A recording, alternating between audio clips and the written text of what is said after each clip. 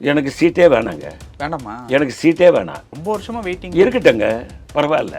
கட்சியில் உண்மையாக பணியாற்றுவனுக்கு கொடுங்க. எனக்கு ஒன்றும் சீட்டு வேணும்னு ஒன்றும் அவசியம் இல்லை, தேவையில்லை. இயக்கத்தை துண்டாட நினைப்பவர்கள், இயக்கத்தை படுகொடியில் தள்ளக்கூடிய உங்களை போன்றவர்களிடத்தில் வந்து சீட்டு கேட்டு நிற்பதற்கு நான் தயாராக இல்லை. அப்படி எம்எல்ஏ ஆகி நாங்க ஏன் எதிர்க்கிறோம்னா, அகில இந்திய அளவில் திராவிட முன்னேற்ற கழக கூட்டணி எங்களை பாதிக்கும். இப்போ அஸ்ஸாம்ல தேர்தல் நடக்க போகுது, கேரளால தேர்தல் நடக்க போகுது, கல்கட்டால தேர்தல் நடக்க போகுது. திராவிட முன்னேற்ற கூட்டணியால் அங்கெல்லாம் எங்களுக்கு பாதிப்பு இருக்கு. இந்துக்களிடத்திலும் எங்களுக்கு வாக்குகள் கிடைக்காமல் போவதற்கு காரணம் திராவிட முன்னேற்ற கழகம். இன்ன வரைக்கும் ஒரு கருத்து சொல்லியிருக்காரு பாத்தீங்களா ராகுல் காந்தி? திராவிட முன்னேற்ற கூட்டணி உருவாயிட்டு மகிழ்ச்சி, எல்லாத்துக்கும் ட்வீட் போடுறவரு வார்த்தையே சொல்லலைங்க. அவரு அதுல இருந்து அவருடைய மனநிலை தெரியுது. நான் சொன்னேன், இது என்ன, இது ஒரு பகீர் கிளப்பும் விதமாக இருக்கிறது எப்படி என்று கேட்டேன். உதயநிதி ஸ்டாலின் அவர்கள் பெரியார் திடல்ல சனாதனம் என்பதை பற்றி மிக மிக எவ்வளவு தரக்குறைவாக பேச முடியுமோ அந்த அளவுக்கு பேசினார். டெல்லியில் இருக்கக்கூடிய பிஜேபி ஐடி விங் திரு ஸ்டாலின் பேச்சையும் திரு உதயநிதி அவர்களுடைய பேச்சையும் இந்தியிலே பக்காவாக டிரான்ஸ்லேஷன் செய்து அத்தனை போன்களிலும் அது பதிவாகிவிட்டது. மேலிடம் வந்து காங்கிரஸ் மேலிடம் எதை செய்கிறதோ அதை ஏற்றுக்கொள்ள வேண்டும் என்பதுதான் காங்கிரசினுடைய சட்ட விதிகள் சொல்லுகிறது. அதன்படி நாங்கள் ஏற்றுக்கொண்டாலும் மனம் ஏற்றுக்கொள்ள மறுக்கிறது. இன்னமும் ஏற்றுக்கொள்ள மறுக்கிறது. காரணம் அந்த மரியாதை குறைபாடு, முதல்வர் காட்டிய அந்த செய்கைகள். அதை கூட ஒரு ஷோல ஒரு அம்மையார் வந்து நீங்க ஒரு மாதிரி ஒரு செய்கை காமிங்கன்னு சொல்ற அளவில் அது பிரபலமாயிப்போச்சு.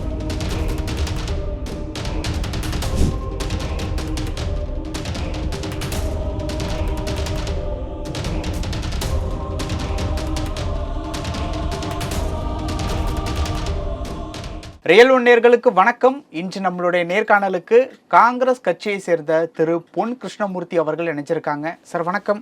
வணக்கம் சார். எப்படி இருக்கீங்க சார்? நல்லா இருக்கேன் சார். சார், இப்போ கடந்த முறை வந்து திமுக கூட்டணியில காங்கிரஸுக்கு சரியானபடி இடம் கிடைக்கல அப்படின்னு நம்ம வந்து ஒரு நேர்காணலில் வந்து பேசியிருந்தோம். அதை பற்றி பல விமர்சனங்கள், பல சர்ச்சைக்கு உண்டான ஒரு கருத்துக்கள்லாம் வந்திருந்தது, நீங்களும் பார்த்துருப்பீங்க அப்படின்னு நினைக்கிறேன். இப்போவும் அந்த மனநிலையில் தான் இருக்கீங்களா, இல்லை அந்த கோபம் தணிஞ்சிருச்சா? சார், அந்த மனநிலையிலிருந்து எங்களை போன்றவர்களால், இயக்க தொண்டர்களால், என்னை போன்றவர்கள், காங்கிரசினுடைய அடிமட்ட தொண்டர்கள், ஒரு சில 2-3 தலைவர்களை தவிர அதில் எங்களுக்கு மனம் சமாதானம் அடையவில்லை. நேற்றைய தினம் பார்த்தேன், திரு சிதம்பரம் அவர்கள் ஒரு கருத்தை சொல்லியிருக்கிறார். தமிழகத்திலும் கேரளாவிலும் திமுகவும் அதிமுகவும் தமிழகத்தில் இருக்கிறது, அங்கே கம்யூனிஸ்ட் இருக்கிறது, அதனால் பிஜேபியினுடைய அவர்களுடைய தில்லாலங்கடி வேலைலாம் இங்கே பண்ண முடியாதுன்னு சொல்லியிருக்கார். நானும் ஏற்றுக்கொள்கிறேன். ஆனால் கம்யூனிஸ்டால் திமுக அதிமுகவால் தான் தடுக்க முடியும்னா காங்கிரஸால் தடுக்க முடியாதுன்ற ஒரு தவறான கருத்தையும் அதில் உள்ளடங்கி இருக்கிறது என்பதை நாம் பார்க்க வேண்டும். இவ்வளவு நாளாக நாடாளுமன்றத்தில் ராகுல் காந்தி என்ற ஒற்றை மனிதன் தான் போராடி கொண்டிருக்கிறார், அதை யாரும் மறுக்க முடியாது. அதே நேரத்தில் இன்னொன்று நாங்கள் ஏன் எதிர்க்கிறோன்னா, இதுக்கு முக்கியமான காரணம் ஒன்று, அகில இந்திய அளவில் திராவிட முன்னேற்ற கழக கூட்டணி எங்களை பாதிக்குது. திரு சாது யாதவ்னு ஒருத்தர் இருக்கார் பீகாரில். அவர் யாருன்னு கேட்டிங்கன்னா, லாலு பிரசாத் யாதவனுடைய மச்சானார் அம்மையார் ராபரி தேவியினுடைய உடன் பிறந்த சகோதரர், என்னுடைய நெருங்கிய நண்பர். என்னுடைய நெருங்கிய நண்பர் என்பதற்கு ஒரே ஒரு உதாரணம், ஏன்னா தமிழகத்திலிருந்து இந்த ரியல் ஒன் ஒளிபரப்பாக போது காட்பாடியில் பிச்சாண்டி என்று ஒரு வழக்கறிஞர் இருக்கிறார். நான் அவரோடு வீட்டுக்கு போகும்போதெல்லாம் என்னோடு வருவார். திரு பிச்சாண்டிக்கும் சாது யாதவ் நல்ல நண்பர். அவருக்கு வந்து லாலு பிரசாத் யாதவ் முதல் மந்திரியாக இருக்கும்போது அவருக்கும் திரட்டிருந்தது நக்சலைட்டால், சாது யாதவுக்கும் நக்சலைட்டாக இருந்தால் ஒய்+ பாதுகாப்பு கொடுத்துருந்தாங்க. என்ன விமான நிலையத்துக்கெல்லாம் அந்த பாதுகாப்போடு அவர் அழைத்து சென்ற விட்ட வரலாறுலாம் இருக்குது. இதெல்லாம் காட்பாடியில் இருக்கக்கூடிய திரு பிச்சாண்டி அவர்களுக்கு தெரியும், அவர் வழக்கறிஞர். அவர் என்னிடம் சொன்ன கருத்தை ரியல் ஒன்னில் நான் பதிவு செய்ய விரும்புகிறேன். நாங்கள் சும்மா கேட்டிய போகிற போக்கில் திராவிட முன்னேற்ற கழக கூட்டணி வேண்டாம் அப்படின்னு கடந்து போக விரும்பவில்லை. அவர் சொன்ன வார்த்தை, நான் அவரிடம் சொன்னேன், ஏன் இவ்வளவு பெரிய தோல்வி என்று கேட்டபோது அவர் சொன்ன கருத்து, அதில் மிகப்பெரிய ஒரு இது இருக்குது அப்படின்னார். என்னங்க, 10,000 ரூபா போட்டாங்க, அதனால்தான் அவங்க வெற்றி பெற்றாங்க. எங்கள் இதில் இருக்கக்கூடிய தமிழ்நாட்டில் இருக்கக்கூடிய திரு கார்த்திக் சிதம்பரம் அவர்களுடைய மகன் கூட மக்கள் வாக்களித்தார்கள், வெற்றி பெற்று விட்டார்கள், இதில் போய் பணம் போட்டாங்க, அதெல்லாம் சொல்கிறது நியாயம் இல்லைன்னு சொல்கிறாரு. அப்போ பணம் போட்டது கரெக்ட் இல்லைன்னு திரு கார்த்திக் சிதம்பரம் சொல்கிறாரு. நான் அதை ஏற்றுக்கிறேன். உங்கள் பிசினஸ் இன்னும் அதிக மக்களை சென்றடைய வேண்டுமா? இன்றைய டிஜிட்டல் உலகில் சரியான ப்ரமோஷன் தான் வெற்றியின் முதல் படி. தமிழகம் முழுவதும் பல லட்சக்கணக்கான பார்வையாளர்களை தினமும் சென்றடையும் ரியல் ஒன் யூடியூப் சேனல்களில் உங்கள் பிசினஸ் இனி எல்லோரும் அறியட்டும். குறைந்த செலவில் அதிக ரீச். உங்கள் பிராண்டுக்கு நம்பிக்கையும் வளர்ச்சியும் சேர்க்க இன்றே எங்களை தொடர்பு கொள்ளுங்கள். 9280087164. திரு கார்த்திக் சிதம்பரம் கருத்தை நான் ஏற்றுக்கிறேன். யாரு? சாது யாதவ். அவர் நாடாளுமன்ற உறுப்பினராக இருந்தவர், இப்போ இல்லை அவர். அதுக்கு அடுத்ததாக ஒன்று சொன்னார், ஏன் தோத்து போனீங்கன்னு கேட்டேன். தேஜஸ் யாதவ் தான் முதல் மந்திரி ஆவார் என்று கருத்து கணிப்புகள். அவர் சொன்ன காரணம், ஸ்டாலின் அவர்களை திராவிட முன்னேற்றக் கழகத்தினுடைய தலைவர், மாண்புமிகு முதலமைச்சர், தமிழக முதலமைச்சரை பீகாருக்கு அழைத்து இந்த பக்கம் திரு ராகுல் காந்தியும் இந்த பக்கம் தேஜஸ் யாதவும் நிறுத்தி இடையிலே திரு ஸ்டாலின் அவர்களை நிறுத்தியவுடன் எங்களுடைய தோல்வி உறுதி செய்யப்பட்டு விட்டது என்று சொன்னார். நான் சொன்னேன், இது என்ன, அது ஒரு பகீர் கிளப்பும் விதமாக இருக்கிறது, எப்படி என்று கேட்டேன். அவர்கள் சொன்னார்கள், இந்தி பெல்ட்டில், இந்தி பேசும் மக்களிடத்தில் உங்கள் சவுத் இந்தியா வேறங்க, தமிழ்நாடு மட்டும்தான் வேற இல்லை, நீங்கள் கேரளாவை சொன்னால் கூட நான் ஒத்துக்க மாட்டேன். அவர் சொன்ன பதில், இந்தி பெல்ட்டில் இந்தி சனாதனம், இந்தி எதிர்ப்பு, இந்து எதிர்ப்பு, இதை ஒத்துக்க மாட்டாங்க யாரும். ஆனால் உதயநிதி ஸ்டாலின் அவர்கள் பெரியார் திடலில் சனாதனம் என்பதை பற்றி மிக மிக எவ்வளவு தரக்குறைவாக பேச முடியுமோ அந்த அளவுக்கு பேசினார். அதையும் திரு ஸ்டாலின் அவர்கள் இந்துக்கள் இந்தி எதிர்ப்பை பற்றி எவ்வளவு தரம் தாழ்ந்து பேசினார்களோ அதை எடுத்து திரு ஸ்டாலின் ஜீப்பில் போயிட்டே கொண்டே இருக்கிறார். டெல்லியில் இருக்கக்கூடிய பிஜேபி ஐடி விங் திரு ஸ்டாலின் பேச்சையும் திரு உதயநிதி அவர்களுடைய பேச்சையும் இந்தியிலே பக்காவாக டிரான்ஸ்லேஷன் செய்து அத்தனை போன்களிலும் அது பதிவாகிவிட்டது. அதை பார்த்தவுடன் அவன் கடைசியாக ஒன்று முடித்திருந்தான், இந்திக்கும் இந்து மக்களுக்கும் சனாதனத்திற்கும் எதிர்ப்பானவர் ஒருவரை இங்கே பீகாருக்கு அழைத்து வந்திருக்கிறது, பீகார் லாலு பிரசாத் கட்சியும் காங்கிரசும். நீங்கள் இதற்கு வாக்களிக்கப் போகிறீர்களா? இந்து மதத்துக்கு எதற்காக வாக்களிக்கப் போகிறீர்களா? இந்திக்கு எதிர்ப்பாக வாக்களிக்கப் போகிறீர்களா? ஆட்கோட் இந்தி பெல்ட் எது? பீகார். லாலு பிரசாத்தினுடைய மச்சான் சொன்னது, திராவிட முன்னேற்ற கழக தலைவரை மேடையில் ஏற்றி பிரச்சாரம் செய்து என்றைக்கு பீகார் மண்ணில் கால் வைத்தாரோ அப்பொழுதே எங்கள் தோல்வி உறுதி. 1 லட்சம் ரூபாய் அக்கௌண்ட்ல போட்டிருந்தா கூட நாங்கள் தான் வெற்றி பெற்றிருப்போம். இதெல்லாம் தான் நாங்கள் எதிர்க்கிறோம். நீங்கள் தமிழகத்தில் மட்டும் 9 எம்பி வருவாங்க, 18-28 எம்எல்ஏ ஜெயிச்சிடுவாங்க, அதல்ல கணக்கு. நாங்கள் தமிழகத்தில் திராவிட முன்னேற்ற கழக கூட்டணியை கழட்டி விட்டா எப்படி 18-20 மாநிலங்களில் ஆண்டோமோ மீண்டும் ஆளுவதற்குண்டான வாய்ப்பு. இப்போ அஸ்ஸாமில் தேர்தல் நடக்க போகுது, கேரளாவில் தேர்தல் நடக்க போகுது, கல்கட்டாவில் தேர்தல் நடக்க போகுது. திராவிட முன்னேற்ற கூட்டணியால் அங்கெல்லாம் எங்களுக்கு பாதிப்பு இருக்கு. இந்தி பேசும் மக்களிடத்திலும் இந்துக்களிடத்திலும் எங்களுக்கு வாக்குகள் கிடைக்காமல் போவதற்கு காரணம் திராவிட முன்னேற்ற கழகம். இங்கே இந்துக்கள் கொஞ்சம் சமரச மனப்பான்மை கொண்டவர்கள் தமிழகத்திலே. காரணம் என்னவென்று சொன்னால், காங்கிரஸ்காரர்களாகிய நீங்கள் திமுக எங்களுக்கு தான் பெரியார் சொந்தம் கொண்டாடுவாங்க, கிடையவே கிடையாது. காங்கிரஸ்காரர் அவர், சுதந்திர போராட்ட வீரர். காந்தி சொன்னாருன்னு 500 தென்னை மரங்களை வெட்டவர், மிகப்பெரிய பணக்காரர். காந்தி சொன்னாருன்னு தோல்ல கதராடையை தொட்டு அந்த காமராஜரும் பெரியாரும் இங்கிருந்து சொன்ன காரணத்தினால இந்த மக்கள் ஒற்றுமையா இருக்காங்க. ஓகே சார், இப்போ இந்த இடத்துல ஒரு கேள்வி. இப்போ சென்ற முறை திமுக கூட்டணியில எங்களுக்கு பிடிக்கவே இல்லைனாலும் நாங்கள் தேர்தலை சந்திப்போம் அப்படிங்கிற மாதிரி சொல்லியிருந்தீங்க. இப்போவும் அந்த மனநிலை தான் இருக்கீங்களா, இல்லை அந்த மனநிலை மாறி இருக்கா? மேலிடம் காங்கிரஸ் மேலிடம் எதை செய்கிறதோ அதை ஏற்றுக்கொள்ள வேண்டும் என்பதுதான் காங்கிரசினுடைய சட்ட விதிகள் சொல்லுகிறது. அதன்படி நாங்கள் ஏற்றுக்கொண்டாலும் மனம் ஏற்றுக்கொள்ள மறுக்கிறது. இன்னமும் ஏற்றுக்கொள்ள மறுக்கிறது. காரணம் அந்த மரியாதை குறைபாடுனால. மரியாதை குறைபாடு, முதல்வர் காட்டிய அந்த செய்கைகள். அதை கூட ஒரு ஷோல ஒரு அம்மையார் நீங்கள் ஒரு மாதிரி ஒரு செய்கை காமிங்கன்னு சொல்கிற அளவில் அது பிரபலமாகி போச்சு. அது உங்களுக்கு வருத்தம்? அதுவும் வருத்தம் தாங்க.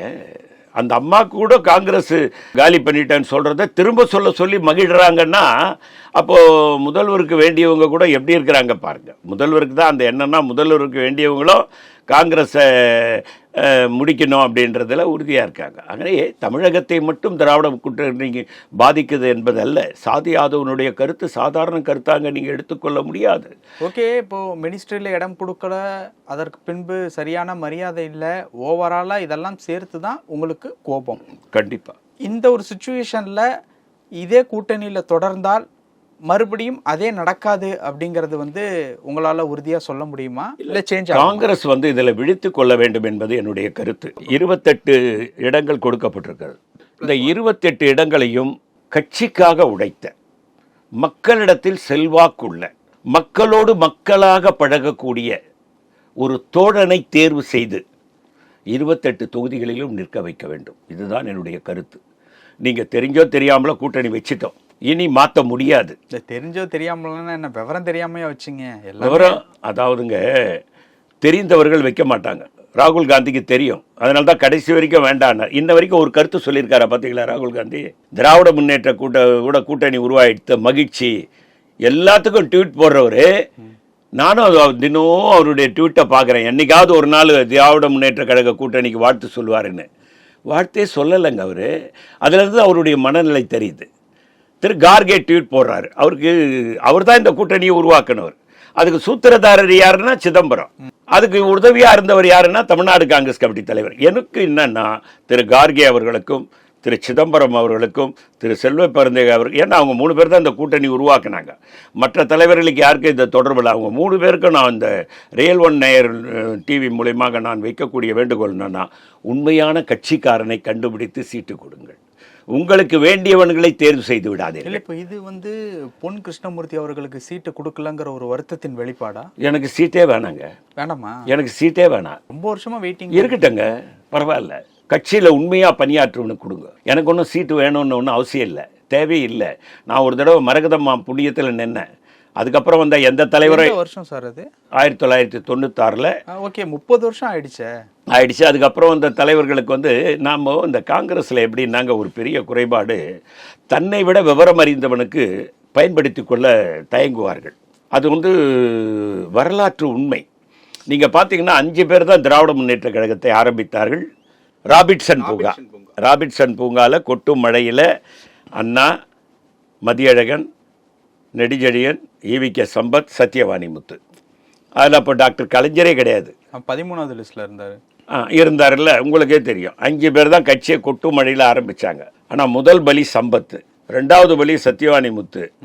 இப்படி எல்லாருமே பலியாக்கப்பட்டு கடைசியில் பார்த்தீங்கன்னா டாக்டர் கலைஞர் அவர்கள் குடும்பத்து கையில் திராவிட முன்னேற்ற கழகம் போய் இன்னைக்கு நின்றுகிட்டு இருக்கு. இருக்கட்டும், பரவாயில்ல. என்ன சொல்ல வரீங்க? அதுக்கு என்ன சொல்ல வரேன்னா, விவரமானவர்களை காங்கிரஸில் யாருக்கும் பிடிக்காது.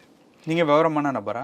நான் விவரமான நபரா இல்லையான்றது எனக்கு தெரியும். நான் விவரமானவன்றது என்னுடைய கருத்து. அது மற்றவங்களுக்கு பிடிக்கல, மற்றவங்களுக்கு பிடிக்காது. மற்றவங்கன்னா யாரு? மற்றவங்கன்னா காங்கிரஸில் இருக்கக்கூடிய தலைவர்கள். இப்போ இருக்க தலைவரா? எல்லா தலைவர்களும், இதுக்கு முன்னாடி இருந்த தலைவர்களும். மரகதம் சந்திரசேகர் அவர்களுக்கு தெரிந்த விஷயம், எனக்கு 91 அவங்க சீட்டு வாங்கி கொடுத்தாங்க. நான் போய் 4 நாள் வில்லிவாக்கத்திலே பிரச்சாரம் செய்த போது, அது தொழிலாளர்கள் நிறைந்த பகுதி, ஆகவே ஒரு தொழிலாளர் வர்க்கத்திற்கு தான் கொடுக்க வேண்டும் என்று ஒரிசால கவர்னராக இருந்த ராமானுஜம் அவர்கள் ராஜீவ்காந்தி கிட்ட பேசி திரு காலான் அவர்களுக்கு அந்த சீட்டை பெற்றுக் கொடுத்து விட்டார். அதன் பிறகு 96 எனக்கு மரகதம் சந்திரசேகர் சீட்டு வாங்கி கொடுத்தாங்க. அண்ணா திராவிட முன்னேற்ற கழக கூட்டணி. நான் வெற்றி பெற முடியாமல் போய்விட்டது. அந்த சமயம் பார்த்தீங்கன்னா அம்மையார் ஜெயலலிதா கூட தோற்று போனாங்க. அந்த மாதிரி ஒரு காலகட்டம் அது. அதை பற்றி இல்லை, வெற்றி தோல்வி என்பது தேர்தலில் சகஜம். ஆனால் அதுக்கு பின்னால் வந்தவங்க என்ன பயன்படுத்திக்கினாங்கன்னா ஒருத்தரும் பயன்படுத்தலை. ஏன் பயன்படுத்தலைன்றது மிகப்பெரிய கேள்விக்குறி. அது இருந்துட்டு போகட்டும். அதனால் நான் என்ன சொல்ல வரேன்னா, நான் சீட்டு கேட்கல, உங்ககிட்ட நான் சீட்டு கேட்டு நிற்கிற மாதிரி இல்லை. அதே தெளிவுபடுத்துகிறேன். உங்ககிட்ட கேட்டு உங்களை மாதிரி இயக்கத்தை துண்டாட நினைப்பவர்கள், இயக்கத்தை படுகொலியில் தள்ளக்கூடிய உங்களை போன்றவர்களிடத்தில் சீட்டு கேட்டு நிற்பதற்கு நான் தயாராக இல்லை. அப்படி எம்எல்ஏ ஆகி எதுவும் சாதிக்க வேண்டியதும் எதுவும் இல்லை. ஆகவே எம்எல்ஏ நான் ஆனன்னா 10 காங்கிரஸ்காரனுக்கு உதவி இருக்குன்னு தமிழ்நாட்டில் இருக்க எல்லா காங்கிரஸ்காரனும் சொல்லுவான். ஆனாலும் எனக்கு சீட்டு வேணும், ஆனால் கட்சிக்காரனுக்கு கொடுங்க. அந்த கோபம் தான் கட்சிக்காரனுக்கு கொடுங்க, உழைத்தவனுக்கு கொடுங்க. அப்போ கொடுத்தவங்க இப்போ கொடுத்துருக்கவங்கலாம் யாரு சார் கொடுத்துருக்கிறவங்க யாருன்றதுக்குள்ள நான் போகவே இல்லை. என்ன லிஸ்ட் வரல, அதையும் நம்ம மென்ஷன் பண்ணிடலாம். நான் என்ன சொல்றேங்க, நீங்க அடிமட்டத்தில் இருந்து மக்கள் கிட்ட செல்வாக்கு இருக்கிறவனுக்கு கொடுங்கன்னு சொல்றேன். இப்போ யாருக்கு கொடுக்குறாங்க? அவங்க நீங்க அவர் மக்கள் தொண்டனாக, மக்களிடம் செல்வாக்குள்ளவன், ஏழையாக இருந்தாலும் கட்சிக்காரர்கள் நிதி திரட்டி அவனை வெற்றி பெற செய்யுங்கள். அது கட்சியை பலப்படுத்தும். ஆனால் நீங்கள் என்ன பண்ணுறீங்க, யார்கிட்ட நீங்கள் போய் வந்த உடனே நம்ம என்ன கேட்குறோம், எவ்வளோ செலவு பண்ணுவேன், இந்த கேள்வி கேட்காதீர்கள் என்று சொல்லுகிறேன். இந்த கேள்வியே வேணாம். நீங்கள் யார் 10 பேர் கேட்குறாங்க, 28 இடம் நமக்கு எது நல்லாட் ஆகுதோ அந்த 28 இடங்களை தேர்வு செய்துவிட்டு யார் அங்கு சரியாக இருக்கும் என்று ஒரு அனலைஸ் பண்ணி இந்த தொண்டர்கள் மத்தியில் இவன் தான் செல்வாக்கு உள்ளவனா இருக்கிறான்னு கேளுங்க. கேட்டு தேடி கொடுங்க. அவங்ககிட்ட பணம் இருக்கான்னு பார்க்காதீங்க, குணம் இருக்கா என்று பாருங்கள். எலெக்ஷன்ல குணம் இருந்தா ஜெயிச்சிடலாமா? குணம், மக்கள் செல்வாக்கு இருப்பவர்கள் வெற்றி பெறுவார்கள், அதில் எந்த சந்தேகமும் இல்லை. நீங்க ஓட்டுக்கு பணம் கொடுக்கறது தான். ஓட்டுக்கு பணம் விடுங்க, அந்த தொகுதியில செலவு பண்றதுக்குன்னு ஒரு குறிப்பிட்ட மணி தேவைப்படும்ல, நம்ம கூட வர்றவங்க. அது அரசாங்கம் அனுமதித்திருக்கிற தொகை மிக மிக குறைவுங்க, 11 லட்சம் தான். அது ஒரு பெரிய தொகை இல்லை. தொகுதிக்கு 11 லட்சம். 11 லட்சம் செலவு பண்ணலாம். மக்கள்கிட்ட வசூல் பண்ணி நீங்கள் செலவு பண்ணுங்க அது 11 லட்சத்தை. முழக்கம் என்ன இருக்குன்னா, மக்களே 5 ஆண்டுகள் உங்களை நல்லவர்கள் ஆள வேண்டும், காமராஜர் ஆட்சி மீண்டும் வர வேண்டும், எனக்கு வாக்களியுங்கள், நான் ஓட்டுக்கு பணம் தர முடியாது, நான் உங்களில் ஒருவன் என்று சொல்லி ஓட்டு கேட்டால் மக்கள் ஓட்டு போட தயாராக. 65% படித்த இளைஞர் இருக்கான் சார். உள்ளங்கையில் உலகத்தை பார்க்குறான். என்ன நினைக்கிறான், ஐரோப்பிய நாடுகள் எப்படி இருக்குன்னு பார்க்குறான். ஊழல் இல்லாத நிர்வாகம் வேண்டும் என்று நினைக்கிறான். ஊழல் இல்லாத நிர்வாகம் காமராஜர் தான் கொடுத்தார் என்பது அவனுக்கு தெரியும். அது ஒன்றை வைத்தே ஊழல் இல்லாத இந்த மனிதன் நம்மளிடத்திலேயே பணம் கேட்டு, நான் தேர்தலில் நிற்கப் போகிறேன், உங்களிடம் கொடுப்பதற்கு எனக்கு பணம் இல்லை, எனக்கு நீங்கள் பணம் கொடுங்கள் தேர்தலுக்கு என்று கேளுங்கள் என்று ஒரு நிலைப்பாட்டை நீங்கள் கொண்டு வாருங்கள். 28 இடங்களிலும் காங்கிரஸ் வெற்றி பெறும். பல விஷயங்கள் பேசணும். நேரத்துக்கு ரொம்ப நன்றி. வணக்கம் சார். உங்கள் பிசினஸ் இன்னும் அதிக மக்களை சென்றடைய வேண்டுமா? இன்றைய டிஜிட்டல் உலகில் சரியான ப்ரமோஷன் தான் வெற்றியின் முதல் படி. தமிழகம் முழுவதும் பல லட்சக்கணக்கான பார்வையாளர்களை தினமும் சென்றடையும் ரியல் ஒன் யூடியூப் சேனல்களில் உங்கள் பிசினஸ் இனி எல்லோரும் அறியட்டும். குறைந்த செலவில் அதிக ரீச். உங்கள் பிராண்டுக்கு நம்பிக்கையும் வளர்ச்சியும் சேர்க்க இன்றே எங்களை தொடர்பு கொள்ளுங்கள். 928 00 8714